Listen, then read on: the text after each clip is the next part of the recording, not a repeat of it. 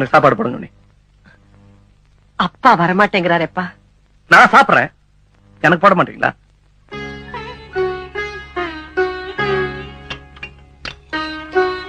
நான் சாப்பிட போறேன், வயிறு நிறைய சாப்பிட போறேன், எனக்கு பசிக்கல.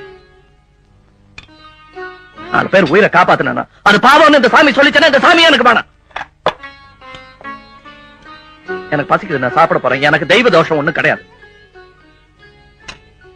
நீங்க பாத்துருக்கீங்களா, ஒரு காக்கா செத்துச்சுன்னா 100 காக்கா சுத்தி பறக்கும். ஒரு மனுஷன் செத்து போனா அதை விட்டுட்டு நாம போய் பாட்டு பாடிட்டு இருக்கணுங்கிறாரு அவரு. சாரி, நான் சாப்பிட போறேன்.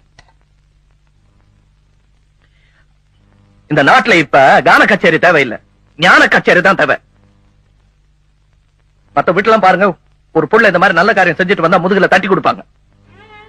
இவர் 2 நாள் பட்டினி கிடக்க போறான். நான் சாப்பிட போறேன்.